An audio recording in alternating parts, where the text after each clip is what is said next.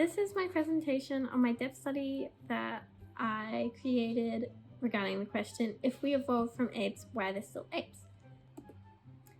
This is my table of contents, which discusses the introduction of my depth study, and then the following sub-questions: what is evolution and how does evolution occur? Did we evolve from apes? When did humans first separate from apes? Why aren't humans evolving to apes? And my conclusion. So Charles Darwin's theory of evolution was published in 1859, and before his theory, many humans believed that we came from God. Darwin's theory suggests that we, humans, evolved from an organism that existed before us. This presentation will show my investigation of why apes still exist if humans have evolved from apes. Charles Darwin's theory is currently the most accepted theory of evolution. Then the first sub-question is, what is evolution and how does evolution occur? So in Charles Darwin's book on the origin of species, he describes how organisms change over long periods of time through variation, which is when there are differences in a species, and they can also change through the process of natural selection, named in contrast to artificial selection. Scientists discovered that evolution occurs due to an organism's DNA found in their gametes, the reproductive cells in an organism. This shows that when a DNA gene is changed or damaged, mutation can still occur. Darwin's book shows the strongest organic beings will live, whereas the weakest die, called survival of the fittest. This is when organisms best suited to their environment survive the best. You can see an example of this is the peppered moth. So the peppered moth adapted to suit its environment during the Industrial Revolution to blend in with the smog. Meanwhile, the white peppered moths were more susceptible to predators because they remained white, as they weren't residing in those urban areas. So now white peppered moths are more found in rural areas and black peppered moths are found in urban. And this quote from Pobine, which is, mutations are random, but selection for them is not random. And the date is unknown for that. So this means that an organism must experience mutation and natural selection for evolution to occur.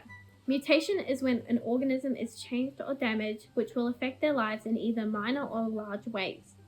An example of this would be the native Tibetans who adapted to high altitudes to survive their environment over thousands of years. An organism does this so that they themselves and their offspring can last longer. For the next question, did we evolve from apes? The simple answer is no, we did not. Humans did not evolve from apes or any other species similar to apes in modern day. Instead, humans and great apes evolved from a common ancestor, a primate, about 10 million years ago. This likely occurred in Africa, where humans were first evolved, which is now known due to DNA and fossil evidence. This process in which species separate to different species is called speciation.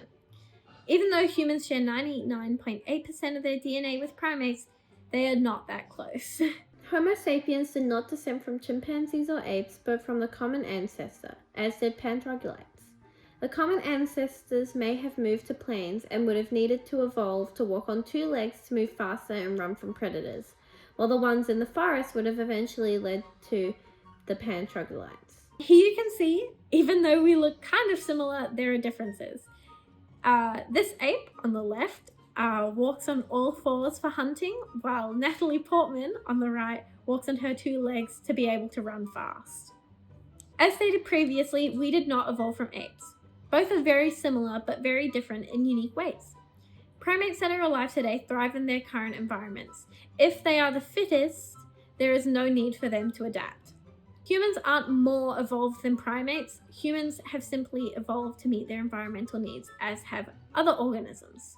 And then we have this other quote by Pobina, which is, we have this idea of being the fittest, being the strongest or fastest, but all you really have to do to win the evolutionary game is to survive and reproduce. And this is also unknown the date. Therefore, all species surviving are winning the evolutionary game. And finally, just because humans and apes look similar doesn't mean we are directly related to each other. Both of us came from our common ancestor about 10 million years ago, and scientists' understanding of Darwin's theory helped them discover this. Primates succeed better than Homo sapiens in specific areas and Homo sapiens in others. This means that we are both great in different ways. Finally, the reason apes still exist if humans evolve for them is due to humans not evolving from apes at all.